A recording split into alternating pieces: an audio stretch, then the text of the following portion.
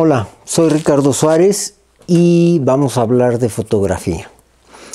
En el video anterior estuvimos viendo, digamos, la historia de los soportes de imagen que se dieron desde Niepce hasta Eastman, que es, digamos, el inicio de la fotografía como la conocemos hoy. Entonces vemos que había todo tipo de soportes, desde soportes metálicos, como en el daguerrotipo o el sistema mismo de Niepce.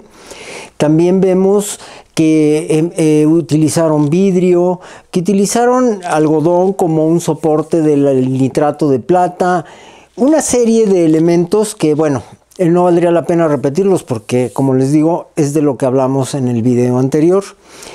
Ahora vamos a hablar de lo que es la película moderna, de la película que nosotros conocimos, lo que hoy se llama fotografía análoga moderna, que es los diferentes tipos de películas que se utilizaron.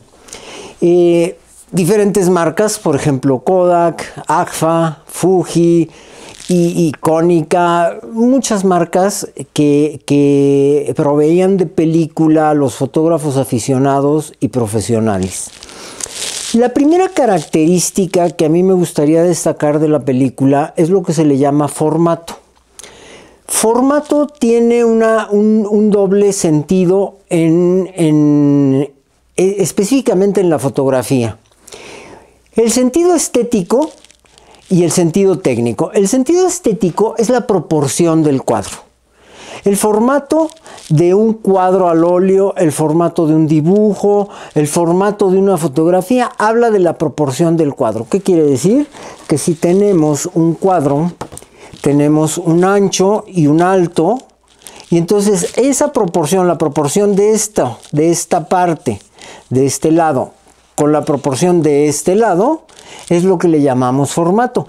Que ahora sabemos que esta proporción, al hacer un cociente de esta proporción, nos debe dar el número famosísimo 1.618, que es la proporción de oro, la proporción dorada. Que sabemos también que la relación en el porcentaje de este largo con este largo es 1 a 1.33. Y hablábamos también de la sección áurea, que dividíamos en tercios. Todo esto lo hablamos en el video que se refiere a composición y a proporción áurea. Sin embargo, hay varios tipos de formatos, ¿no? Podría ser este, que es alargado, podría ser este, ¿sí? Podría ser cuadrado. Entonces, dependiendo de esa proporción, es lo que nosotros llamamos el límite del marco en estética. Que lo más común es que sea un rectángulo desde muy apaisado, o sea, muy largo. O sea, quiere decir como si cortáramos esto de esta manera, ¿sí? Esto sería un formato muy apaisado, que es la proporción de este alto con este ancho. Evidentemente, esto, si lo dividimos, ya no da el número áureo, el 1.618, etc. Esto ya no es un formato áureo, pero es un formato que sirve y que se ha utilizado. Ahora, desde aquí hasta los formatos perfectamente cuadrados, como las cámaras que les llamamos 6x6 o las cámaras de formato de película 120. Ahorita vamos a ver por qué. Entonces, esto desde el punto de vista estético es el formato, pero desde el punto de vista técnico el formato es el tamaño del negativo. Y entonces en fotografía hay muchos tamaños de negativos, lo que llamábamos el rollo de 135, el rollo de 120, había un rollo 127, placas 4x5, placas 5x7, placas 8x10, hay muchos tamaños de negativo. Ahora, yo quisiera hablar específicamente de los tres tamaños más comunes de negativo, que es el negativo de 35 milímetros, que sería, voy a usar esto como una especie de caja de luz. Este sería el negativo de 35 milímetros. Son las cámaras que se comenzaron a utilizar para reportaje, las cámaras Leica, ¿sí?, que fueron muy famosas, fueron de 35 milímetros. El cine se filmaba en 35 milímetros. Ahorita que pasemos a hacer algunas gráficas, les voy a explicar cuál es la diferencia del cine, que generalmente la película corre de esta manera, ¿sí?, y el cine corre de esta manera, ¿sí?, la película. Entonces hay una diferencia porque aquí el ancho del cuadro es este y aquí el ancho del cuadro es este. Vamos a ver qué pasa en el cine, pero repito, ya que lleguemos nosotros al formato, pues, al pizarrón. El siguiente formato es un formato cuadrado. Bueno, perdón, este formato de 35 milímetros se llama 35 milímetros porque el cuadro, esto, mide 35 milímetros por 24 milímetros de ancho. Lo cual, y después vamos a ver por qué es tan importante, da una diagonal de 50 o de 49 milímetros. Pero ahorita lo veremos un poco más adelante. Después está el formato 6x6. Estas cámaras que hicieron historia, por ejemplo, la Rolleiflex, la Hasselblad, la Mamilla, la Bronica, tenían este formato que aquí ven que es perfectamente cuadrado. No sé si se llega a ver que hay un cuadro ahí, ¿no? Entonces, este formato se le llamó formato medio. A diferencia del 35 milímetros que mide 35 por 24, este formato mide 6 por 6, pero centímetros. ¿Sí? 6 por 6 centímetros. Y la diagonal, esta diagonal mide 80 milímetros. O sea, 8 centímetros. Bien, después tenemos otro formato que es este. Este formato se le llama 4x5. Este formato genera unas imágenes perfectas en el sentido de definición. ¿Por qué? Porque es el formato que más información tiene. Si ustedes ven la comparación, esto es un cuadro de 35 milímetros. Fíjense en la comparación del cuadro de 35 milímetros con esto. Cabe a ojo de buen cubero 1, 2, 3, 4, 5, 6 veces. Esto es 6 veces más grande. ¿A qué equivale? Ahora que hablamos de los sistemas digitales, de que si mi cámara es de 16 megapíxeles, que si mi cámara ya es de 40 megapíxeles, que si Hasselblad hizo una cámara de 100 megapíxeles, ¿ustedes saben la cantidad de píxeles que caben aquí? Se calcula que estos formatos son de 400 o 500 megapíxeles. Cuando las cámaras más sensibles digitales pues van en 100 megapíxeles en este momento, ¿sí?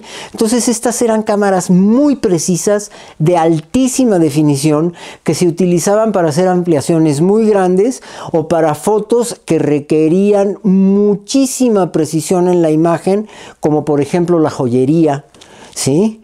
O como por ejemplo algunas secciones de reproducción de obra o la arquitectura, todas estas especialidades de foto arquitectónica, foto de obra, foto de joyería, de relojería, de objetos muy pequeños, se utilizaba esta cámara. En general el product shot, o sea las fotos de producto, se utilizaban con estos formatos. Después vamos a ver qué cámaras y qué sistemas tenían las cámaras que albergaban en ese momento estos formatos. Por hoy vamos a hablar solamente del tamaño del negativo. Y entonces hablamos, repito, del 35 milímetros, que es 35 por 24, del formato medio, que es de 6 por 6 centímetros, y del formato grande, que es este que les mostraba, que es de 5 por 4 pulgadas. Bueno, 4 por 5. Son las cámaras que se les llamaba 4x5. En algún momento de gloria de la fotografía, de los momentos de más auge en la fotografía, sobre todo análoga, hubo formatos 5x7 e incluso formatos 8x10. El formato 8x10 es más o menos esto. Imagínense una placa de este tamaño. Bueno, igual más o menos esto. Esto es un 8 por 10 pulgadas. negativos gigantescos que la verdad se utilizaban, híjole, había una foto famosísima que Kodak exponía en el aeropuerto Kennedy de Nueva York, en donde ya era icónico que tenían una imagen gigantesca, era un material que se llamaba Duratrans, y era una imagen gigantesca, estoy hablando de una imagen probablemente de 4 metros por, no sé, por 6 o 7 metros, que anunciaba la película Kodak, que en gran medida fue la película más famosa en América, ¿no? La película Kodak, así como la película Agfa Gebert, fue una de las películas más famosas en Europa. Entonces, ese tipo de fotografías que ya eran un derroche extraordinario de espectacularidad, porque bueno, pues ver una foto de ese tamaño es espectacular, usaban este tipo de cámaras. Antes de esto, los grandes fotógrafos como Ansel Adams y antes de Ansel Adams hacían fotos de grandísimos formatos, cámaras más grandes que este escritorio, porque no había la capacidad o la tecnología para amplificar las fotos. Entonces tenían que hacer las fotos por contacto. Quiere decir que si yo quería hacer una foto de este tamaño, mínimamente mi negativo tenía que ser de este tamaño y entonces ponía el negativo en el papel por contacto y lo imprimía. Ahora, pues de estas imágenes de 35 milímetros se podían ampliar a 16 por 20 pulgadas, a 20 por 24, a 40 por 50 pulgadas y se ampliaban por proyección, no por contacto. Pero bueno, esto sería lo más importante en términos de formato, que el formato delimita el sistema de la cámara. Una cámara de 35 milímetros, y lo vamos a ver en el siguiente video, no tiene nada que ver con una cámara de 6x6, y una cámara de 6x6 no tiene nada que ver con una cámara de 4x5 o de 35 y una de 4x5 con las dos anteriores, ¿no? Entonces son cámaras con sistemas completamente distintos, que esto, repito, lo vamos a ver en el video siguiente. Ahora, vamos a ver cómo funciona. No quiero decir cómo funcionaba, porque sigue funcionando, porque siguen vendiendo película y porque durante yo creo que mucho tiempo se seguirá utilizando la película con soporte de plata sobre gelatina. Vamos a ver específicamente cómo funciona esa película y por qué. Repito, este curso es un curso digital, no es un curso o es un enfoque digital, no es un enfoque para la fotografía análoga. No voy a dar técnicas de revelado ni técnicas de impresión ni nada de esto, pero creo que es muy importante que se entienda cómo funciona la película análoga y cómo funciona la película digital. ¿Por qué? Porque funcionan bajo el mismo principio. Entonces, si ustedes entienden lo que es la película en soporte de plata, van a entender de manera muy fácilmente cómo un sensor capta las imágenes. Entonces, déjenme hacer un croquis para enseñarles, pues, cuáles son las capas de las que estaba constituida una película y para enseñarles cómo funcionaba esta película. Vamos. ¿Qué es el espectro de luz? Bueno, el espectro de luz finalmente es una parte de la física de las ondas electromagnéticas, que se le llama espectro electromagnético, en donde hay una gran variedad de fenómenos electromagnéticos que van desde la menor longitud de onda a la mayor longitud de onda, o viceversa, de la mayor longitud de onda a la menor longitud de onda, y que causan diferentes fenómenos en la naturaleza. La luz es una parte del espectro que está en medio. Está entre 400 y 700 nanómetros. Y aquí lo importante es que la luz puede ser de 3 colores. Azul,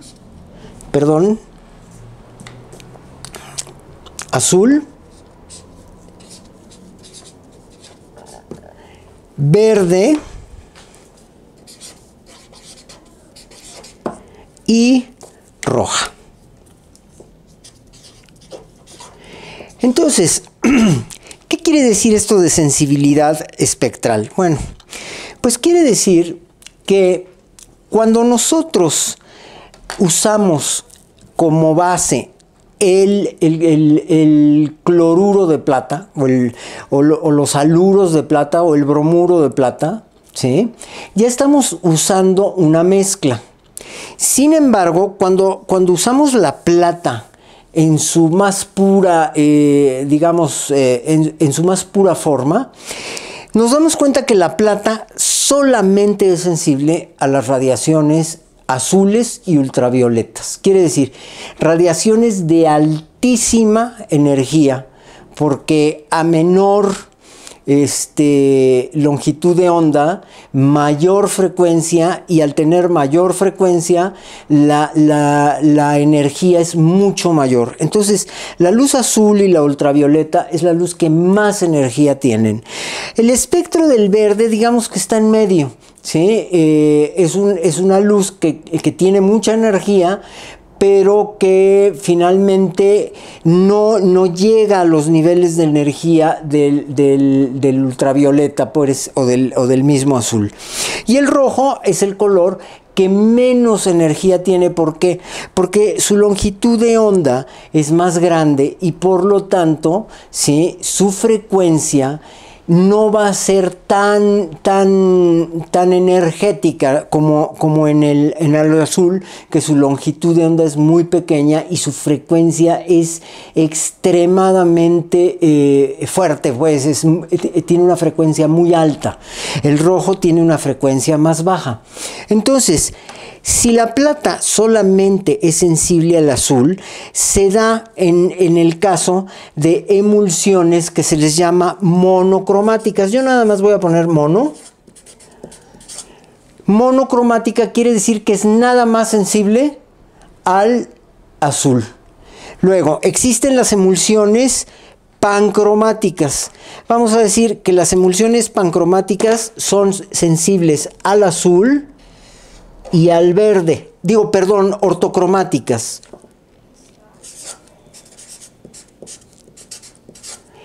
Y las emulsiones que sí son sensibles a los tres colores se les llama pancromáticas.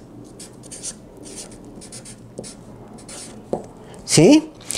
Ahora, estas emulsiones, ¿sí?, de plata pura ya no existen, ya no hay película monocromática, ¿sí? Solamente está la película ortocromática, o estaba en la foto análoga la película ortocromática, que es una película que se le llama de altísimo o de alto contraste. Quiere decir que solamente esta película tiene blancos y negros, no tiene una gama. ¿Qué quiere decir esto?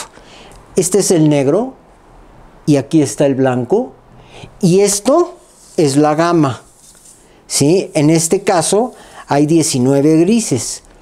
Generalmente la película, en el mejor de los casos, puede lograr captar, no sé, 100, 80 grises, cuando en el espectro estos 19 grises es una reducción muy grande. En el espectro hay 250 grises aproximadamente. Entonces, esta parte del espectro se le llama gama.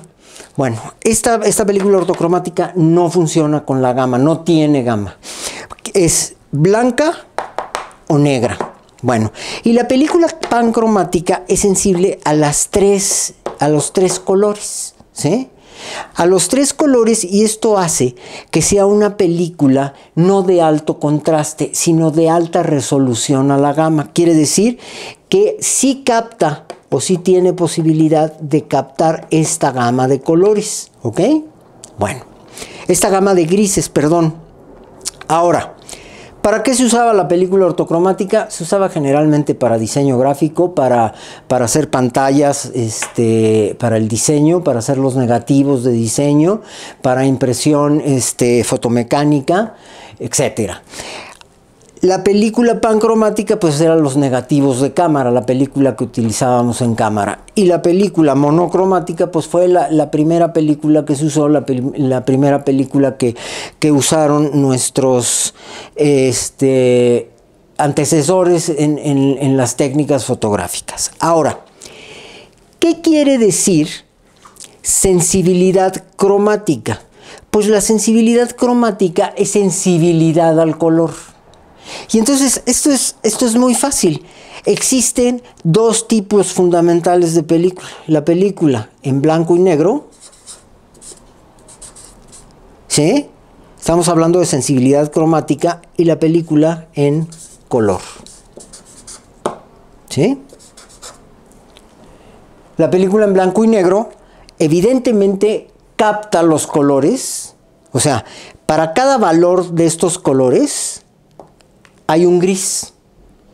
Entonces, la película en blanco y negro capta los colores y los interpreta como grises. Eso es lo que hace la película en blanco y negro. Pero esto es muy interesante, porque la misma película en color forma su imagen a partir de grises. Y ahorita vamos a ver por qué. ¿Ok? Ahora, la película en color capta el color y lo traduce como colores. Después tenemos la sensibilidad a la luz. ¿Qué quiere decir la sensibilidad a la luz? Pues realmente la sensibilidad a la cantidad de luz, ¿sí? Lo que se conoce con las siglas, y vamos a ponerlo aquí, ISO, ASA. Estas dos medidas son americanas, ¿sí? American Standard Association, International Standard, pero lo cambiaron a ISO por internacional y por American. Y en Estados Unidos, en Alemania se utilizaba el término DIN. Parece una bobada, pero es Deutschland. O sea, la primera sigla es International, American, Deutschland. Lo que marca este número es la sensibilidad de la película. Con qué rapidez la película se puede ennegrecer ante la misma cantidad de luz. Quiere decir que ante esta luz, por ejemplo, que hay aquí, hay película que se ennegrece mucho más lentamente que otra. ¿Y por qué? Bueno, porque la película, vamos a decir, hay dos tipos de película, ¿no? La rápida y la lenta. La película lenta está hecha de sales de plata muy pequeñas, ¿sí?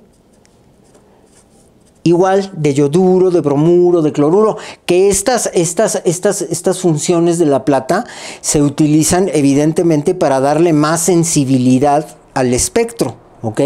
Para que sea sensible a la luz roja, a la luz verde, y bueno, a la luz azul de facto ya es sensible. Y la película rápida, las sales de plata son bastante más grandes. Entonces, ¿qué tiene de maravilloso la película rápida? Bueno, pues que puedes fotografiar con muy poca cantidad de luz. Pero tiene una desventaja que pudiera no ser desventaja y pudiera ser parte del lenguaje de la fotografía. El grano de la sal es muy grande y por lo tanto es visible en la imagen.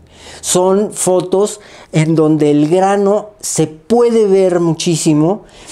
Y no es un defecto, simplemente baja la definición para tener una textura mucho más rugosa, que ahora ya lo asociamos con ciertos tipos de foto, como por ejemplo con la foto de reportaje, con el fotoreportaje, con la foto de acción, que necesita ser muy rápida para funcionar y que en estos casos están reventados los granos de sal. Podríamos llamar que estos son los famosísimos píxeles en nuestras imágenes digitales, ¿sí? Bien.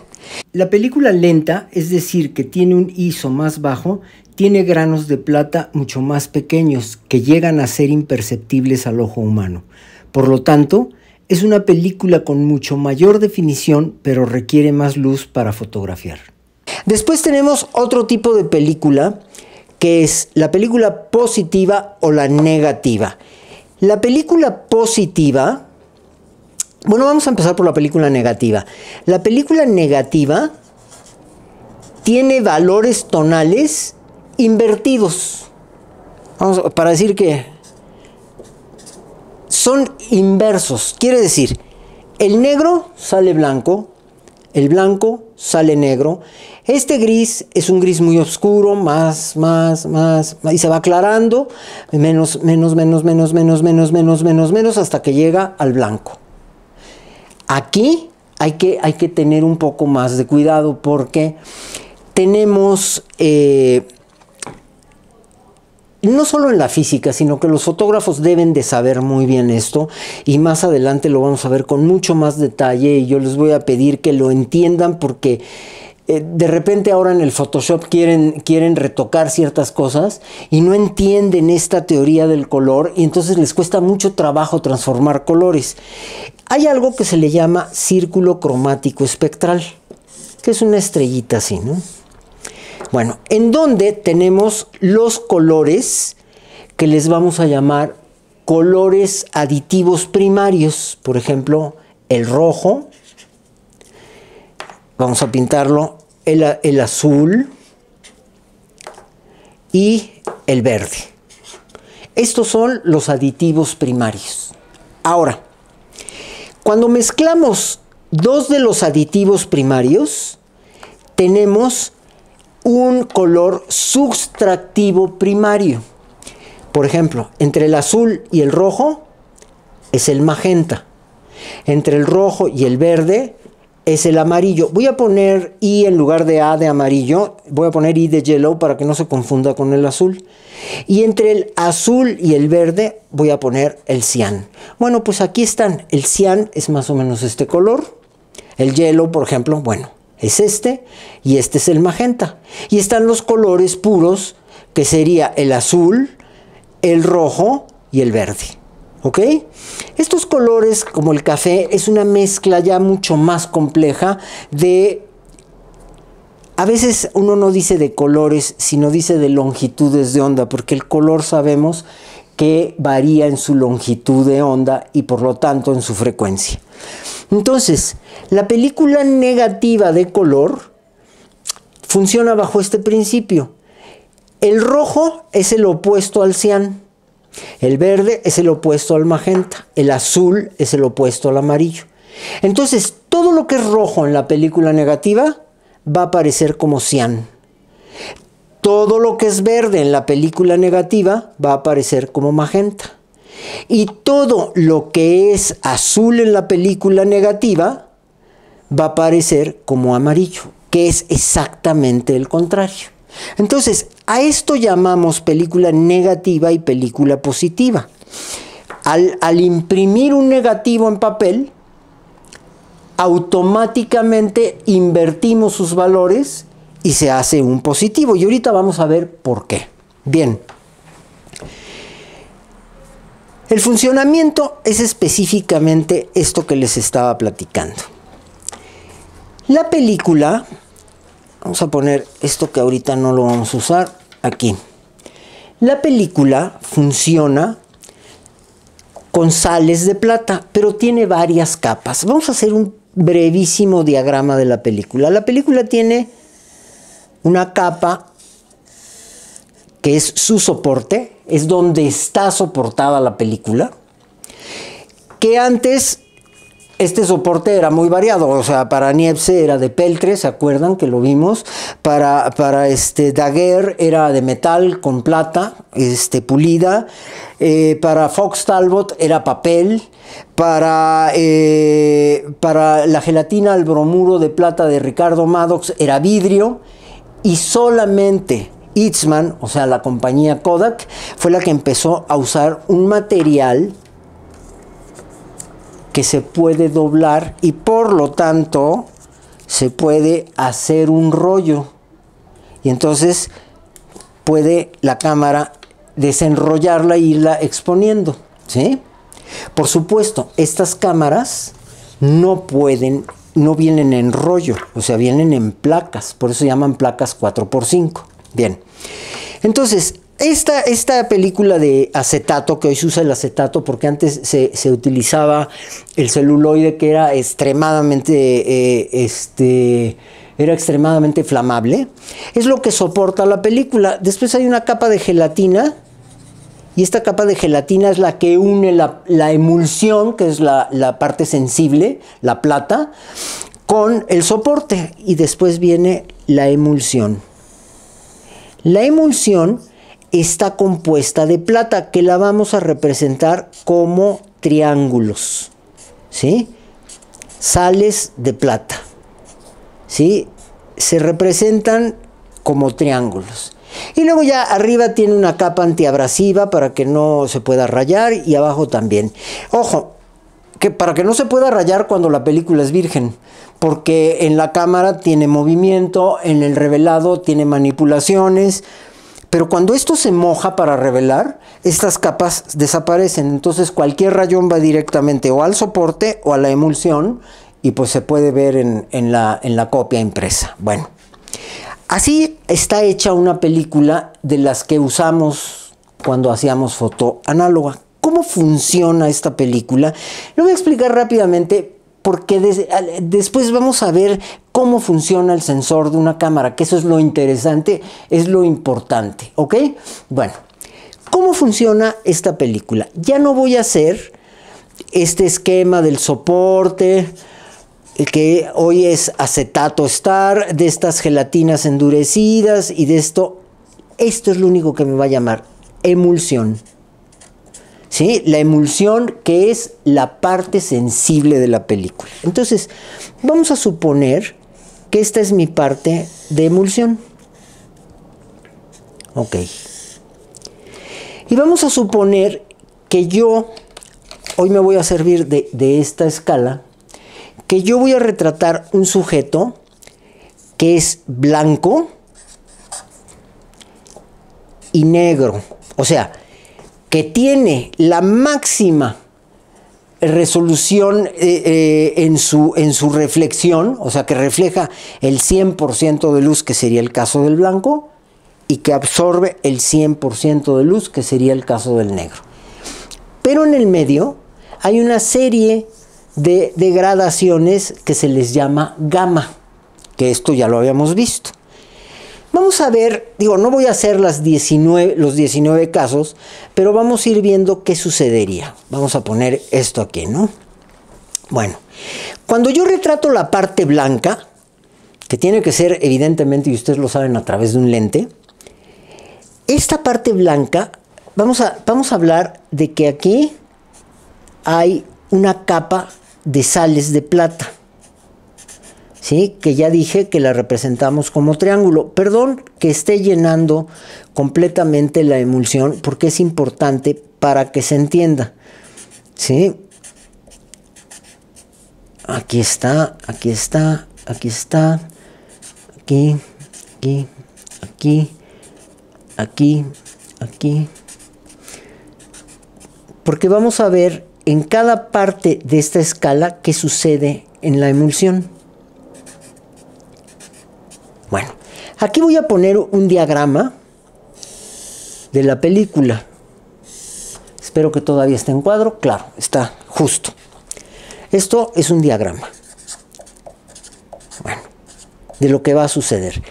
La parte blanca va a velar todos los haluros de plata.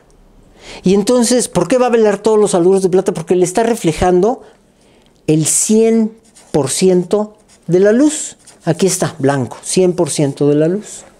Entonces, todos estos haluros se van a velar. Yo lo voy a poner con rojo para distinguir. Todo esto se va a velar. Y entonces, ¿qué va a pasar? Que la plata, cuando reacciona con la luz, hay un efecto fotoquímico. Entonces, la plata, de manera fotoquímico, es evidente, es fotón, luz, y químico es la parte de la estructura molecular de los elementos. Bueno, su estructura molecular va a cambiar y se va a convertir en plata metálica. Entonces, esto va a tener una densidad de plata que corresponde al 100% de la densidad de la película. ¿Se entiende? Pero después voy a retratar un gris más oscurito, no tan claro como el blanco. Y esto ya no va a velar toda la plata, sino que va a velar solamente una parte de la plata, ¿sí? Esta parte. Entonces, aquí vamos a tener una densidad mucho, bueno, no mucho, al revés, menor, muy parecida a la densidad. A lo mejor es una densidad del 90%, ¿sí? Y después seguimos, y esto refleja mucho menos luz. ¿Qué tan menos luz? Aquí dice una M, y dice una M porque este es el gris medio. Este es el famoso gris 70, que absorbe el 70% de la luz. Quiere decir que refleja solamente el 30% de la luz. Fíjense que cómo baja. Esto es una progresión exponencial, no es una progresión aritmética de que va bajando de uno en uno, sino que de aquí a aquí hay una diferencia abismal en la densidad. Entonces, este 30% de luz de este gris medio que andará por acá, vamos a ponerlo por aquí, ¿sí? Ya no vela toda la plata, sino que ya nada más vela esta parte de la plata. Y entonces aquí ya nada más hay un espesor, hay un espesor aquí. Hay menos cantidad de plata en el negativo. Y así vamos. Quizá este gris, va a velar mucho menos plata aquí. Otro gris por aquí va a velar menos plata. Y el negro, estos negros, ya no reflejan luz. Vamos a decir que en laboratorio, en la vida real, esto no pasa. El negro refleja el 0% de la luz. Eso no es cierto, porque si no, no veríamos la textura de los colores negros. Y aquí yo estoy viendo que está medio rugosito y tiene una verruguita aquí arriba. ¿Qué pasa aquí en nuestro diagrama? Pues que va bajando cada vez más la densidad, y cada vez más la densidad, y cada vez más la densidad, hasta que hay 0 densidad, o sea, depósito de plata. Esto es lo que vemos en un negativo. Solamente como cuestión cultural, porque les he dicho que este curso es de fotografía digital no análoga. ¿Cómo se obtiene esto? Pues cuando sacamos la foto, la plata queda ya ionizada con la luz. Y se dice que es una imagen latente porque no se ha revelado, o sea, no se puede ver, no se ve la imagen, ¿sí? Cuando se revela, los reveladores, a partir de hidroquinonas, de sulfito de sodio, de sulfito de potasio, hacen que la plata se ennegrezca y se convierta plena y absolutamente en metal. Metal como el de las joyas, ¿eh? De hecho, hay procesos de recuperación de metal en las tinas de revelado, había de revelado en los laboratorios, y llegaban a recuperar bastante plata. Entonces, esto hace que en el revelado aparezca este depósito ya de plata metálica sobre la base. Y luego cuando lo metes al fijador, el fijador es un ácido que tiene hiposulfito y ácido acético, y esto desprende, vamos a ponerlo con verde, desprende toda esta plata. La plata que no fue alterada por la luz. Y entonces esto queda sin nada, no queda blanco, porque el soporte no es blanco, el soporte es transparente. Veamos esto. Esto es un negativo de 6x6. No sé si lo llegan a ver, espero que sí. Y verán que estas partes negras, pues son las partes de mayor luz, y estas partes claritas, y esto por ejemplo ya completamente blanco, o aquí las letras que están completamente blancas, no son blancas, son transparentes. Miren, ¿sí? Esta es la densidad. Esta es la densidad que cuando hablemos de exposición de la película, esto es lo que les va a hacer entender cómo se expone correctamente una película y qué es una curva característica de la película, que hoy en digital se le llama histograma. Parece ser una necedad porque como tenemos pantallita y se ve la foto, dices, pues quedó bien.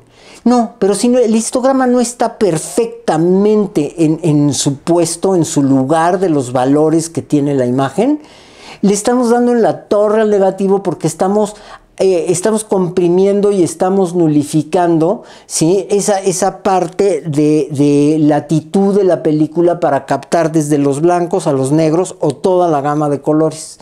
Entonces no está tan fácil decir, ay, lo veo en la pantallita y si sale, pues ya quedó a todo dar, ¿no? Y ya puedo utilizar mi película, mi negativo, ¿no? Porque le están dando en la torre a esa latitud, a esa gama, ¿sí? ¿Sí? Bien. Si esto está entendido, vamos a ver un negativo. Aquí está el negativo. Entonces, ustedes ven que estas partes, que aquí sí son blancas porque es papel, pues son las partes que corresponden a lo que no hubo luz. Estas partes corresponden a esto. Esto que ya no hay nada, corresponde a esto. Esto que apenas si se ve, corresponde a esto. Esto que a lo mejor se ve un poco más, corresponde a esto. Esto que se está viendo mucho más, a lo mejor ya corresponde a estas partes. Esto ya corresponde a las partes más oscuras. Y esto es el blanco puro, ¿sí? El blanco puro, pero no de aquí, sino del positivo. Quiere decir que esto son estas partes, por ejemplo, estas letras que están casi negras. Esta parte del toldo. Y entonces estamos viendo de un negativo, que es esto, a la posibilidad de invertirlo y hacer un positivo. En el momento de imprimir por proyección, las partes de la película transparentes dejan pasar toda la luz de la ampliadora y velan el papel dando color negro. Las partes que tienen una densidad de plata dejan pasar proporcionalmente la luz, generando una gama de grises hasta el blanco. ¿Sí? Ahora, ¿cómo funciona la película en color? No los quiero engorrar, es muy fácil. Funciona de la misma manera. La película en color tiene una emulsión y tiene plata. ¿Sí? Tiene 3 capas de plata. Y lo vamos a hacer de la misma manera, ¿verdad?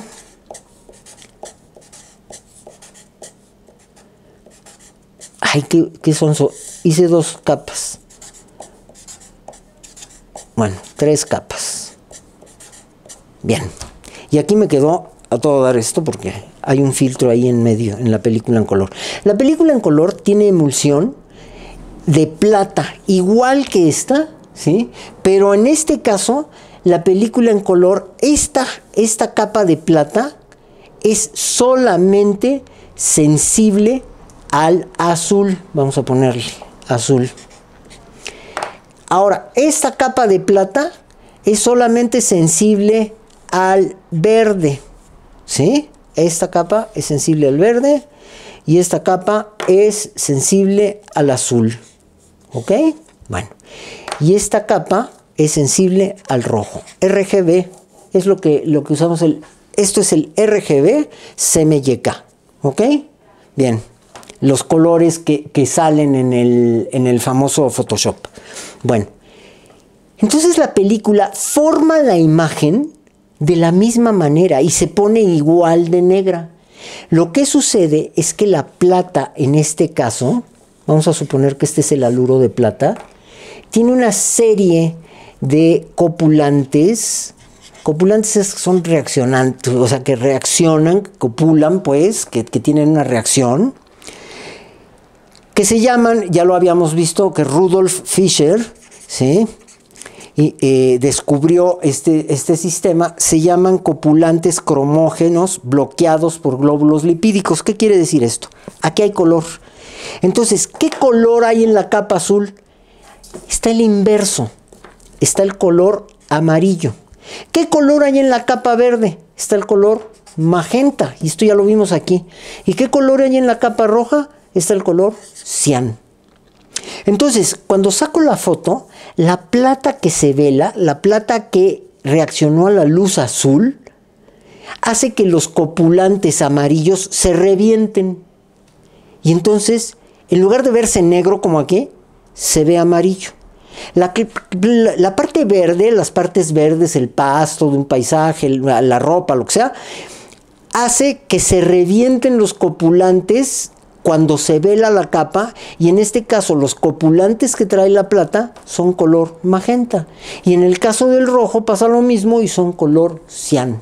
La plata negra no se ve en el negativo de color porque después del revelado, en donde la plata se ennegrece y revienta los copulantes de color, hay un proceso llamado blanqueador, el cual desprende la plata metálica y las sales de plata, dejando únicamente los copulantes cromógenos que reaccionaron. Entonces, ¿cómo vemos un negativo? Voy a tratar de que lo veamos aquí. Aquí vemos, si no está brillando, aquí vemos que esta parte es cian. Quiere decir que esto es rojo, ¿sí? Luego vemos aquí una parte magenta, no sé si la llegan a ver. Y entonces quiere decir que es el opuesto, esto es verde. Y aquí vemos una parte que pudiera ser amarilla, estas partes, ¿sí? Esto y esto quiere decir que es azul. Entonces, esto azul, ¿sí? Esto perfectamente magenta, ¿sí? Quiere decir que es verdísimo, ¿sí? Esto tiene una tendencia al verde, ¿sí? Esto tiene una tendencia, ¿sí? ¿de qué color dijimos? Era amarillo, entonces tendrá que ser azul. Y esta parte morada, ¿sí? Tiene que ser perfectamente verde. Los cianes son rojos, esta parte es roja, ¿se entiende? Entonces así se hace un negativo en color. Es exactamente el procedimiento. Por eso dicen los fotógrafos, cuando iluminamos, no pensamos en colores, pensamos en blanco y negro, porque se ilumina en blanco, se ilumina en términos no de iluminar con color, sino de manejar la luz y manejar los contrastes. Yo lo veo un rojo, yo trato de ver que este rojo es más o menos como este gris, y este verde es más o menos como este gris, ¿sí? De tal manera que a lo mejor este rojo y este verde son el mismo gris, y no estoy hablando al azar. Todos estos tonos, excepto el amarillo y probablemente el cian, que reflejan un poco más de luz, son gris medio. Esto, este y este, ¿sí? ¿Ok? Entonces, así es como funciona la película. Ahora, ¿qué es el sensor de una cámara? Es esto, compañeros. Es esto. Aquí está ya la densidad, que es el último punto que ya vimos. ¿Qué es esto? Esto es densidad. Y creo que ahora sí me salí. Sí me salí. Pero bueno, aquí afuera dice densidad. Bien. El sensor de una cámara es esto. No hay más. Nada más que el sensor de una cámara no utiliza plata. El sensor de una cámara se basa en un fenómeno maravilloso que descubrió Einstein y por el cual le dieron en 1921 el premio Nobel, que se llama el efecto fotoeléctrico. ¿Qué descubrió Einstein? Descubrió que si tenemos una placa de metal,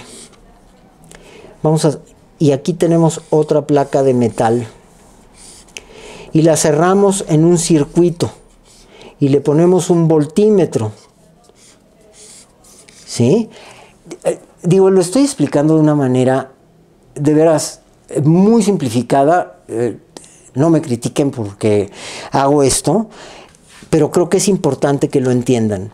Lo que descubrió Einstein es que si se ilumina esta capa de metal con una luz, la luz, vamos a hacer como si lo viéramos en el microscopio, esta es la capa de metal, la luz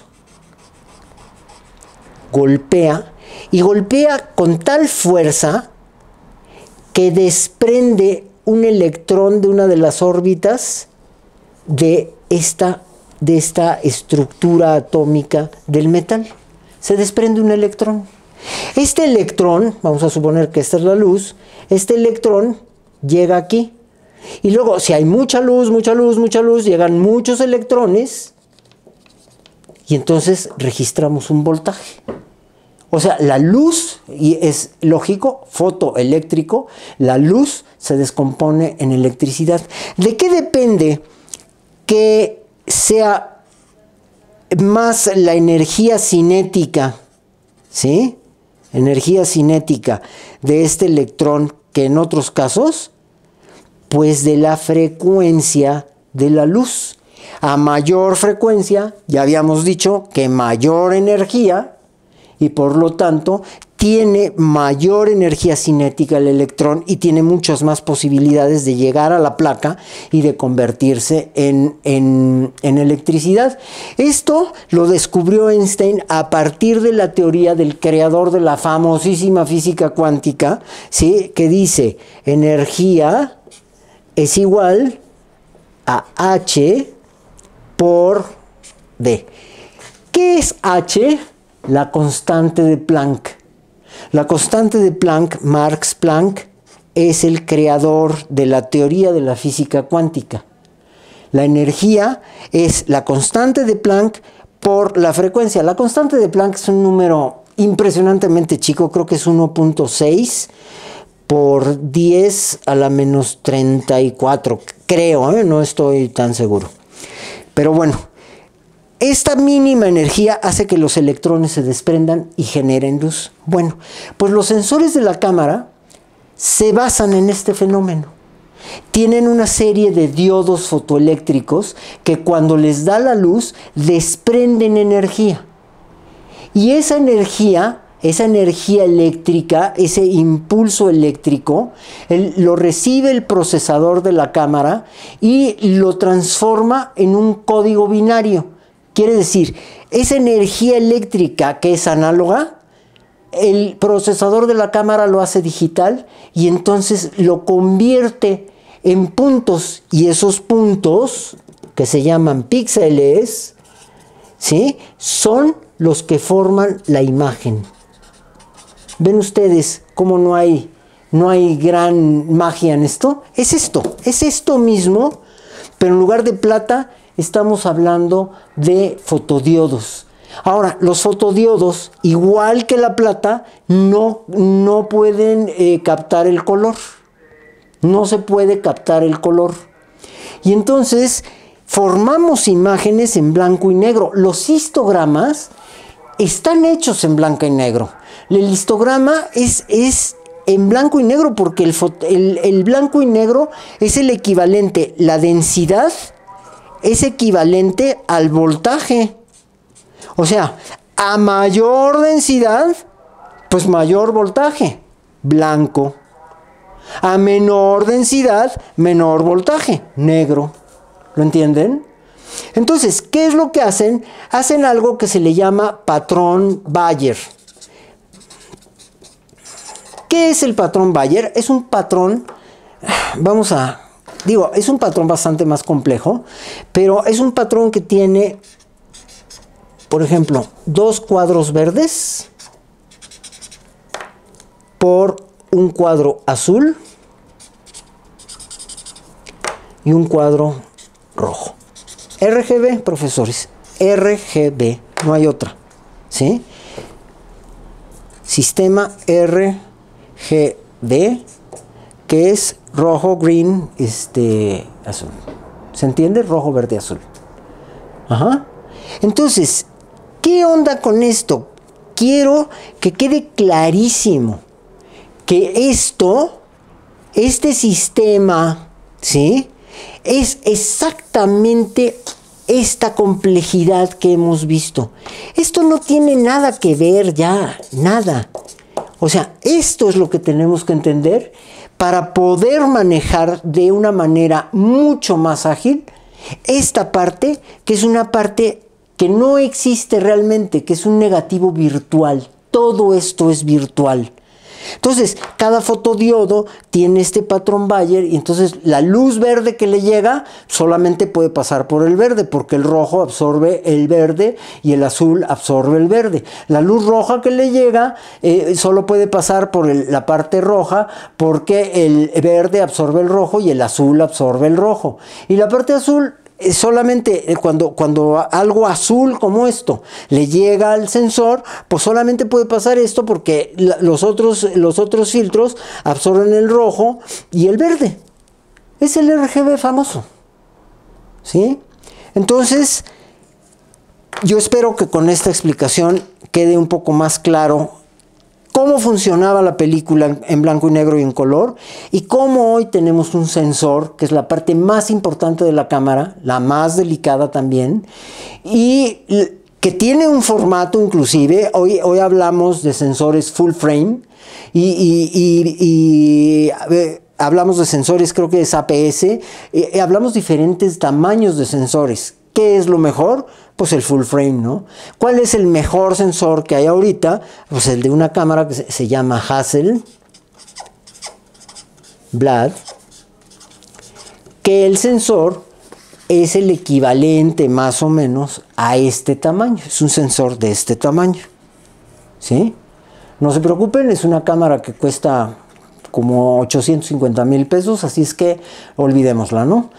Pero bueno, pues es una cámara que tiene una altísima resolución.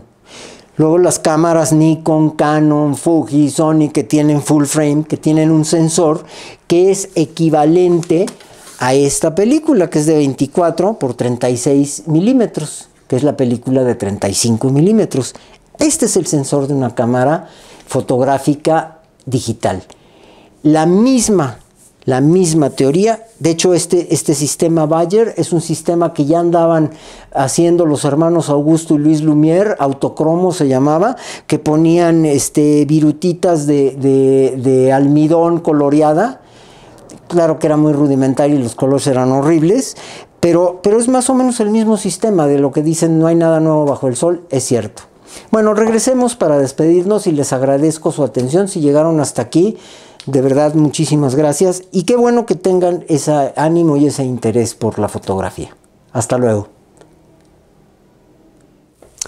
Bueno, esto ha sido todo lo que se refiere al funcionamiento y a conceptos como escala de grises, densidad, todas estas tecnicismos que tienen que ver con la fotografía análoga, y que lo comparamos con la fotografía digital cuando hablemos, por ejemplo, de la curva característica de la película con el famosísimo histograma que se tiene que leer y que muchas veces en la misma cámara te presentan el histograma, o en programas de postproducción como Photoshop o como Lightroom, sabes o necesitas estudiar cómo va el histograma para tener una buena exposición de tu imagen digital, y tener sobre todo una gama correcta hacia los blancos y una gama correcta hacia los negros.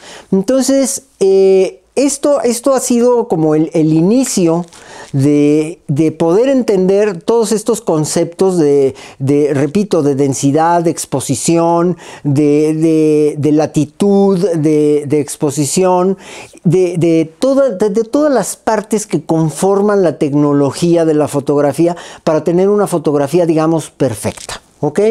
En el próximo video vamos a ver cómo funcionaban estas cámaras, estos diferentes tipos de cámaras análogas, la Nikon, por ejemplo, o la Hasselblad, que son las cámaras que yo usaba, que les voy a enseñar, o la Sinar Combo, las cámaras 4x5, las cámaras que tenían un fuelle en medio como si fueran un acordeón. Vamos a ver esos sistemas para ver hoy cuáles son las cámaras que se están utilizando de manera digital desde los teléfonos, porque podríamos decir que los teléfonos ya son más cámaras que teléfonos, aunque siguen sirviendo para una comunicación telefónica, pero cada vez tienen una fidelidad más perfeccionada tecnológicamente para las imágenes y para las imágenes en movimiento, lo que se pudiera llamar video. Ahí hay una discusión tremenda. Para mí, la imagen en movimiento digital no es un video, porque videotape, habla de una cinta magnética que se leía a través de una cabeza magnética con un entrehierro, leía la información magnética de la cinta, y hoy eso no tiene nada que ver. O sea, está mal dicho, a mi juicio, video, porque en el último de los casos sería cine digital. Como foto digital, pues cine digital. El video ya no existe. Ya no existen las Betacam y las VHS o los formatos profesionales que eran 1/4 de pulgada, que era los formatos beta, SLP, etcétera. Eso ya no existe, ya es historia. Historia que muchos de ustedes y yo personalmente pues, vivimos con tanto avance tecnológico que hemos tenido la suerte de ser testigos y presenciar, ¿no? Entonces vamos a empezar a ver todo esto para entender de lleno cómo son y cómo se manejan y cómo podemos obtener las mejores imágenes digitales posibles. Les agradezco mucho, ya me reclamaron y tengo que decirles que por favor, si llegaron hasta este punto y si no llegaron también, suscríbanse al canal. Es una forma de hacerlo grande y de que esto pueda pues seguir funcionando cada vez mejor y cada vez de manera más amplia. Entonces yo les agradecería que me dejen sus comentarios y que se suscriban. Gracias.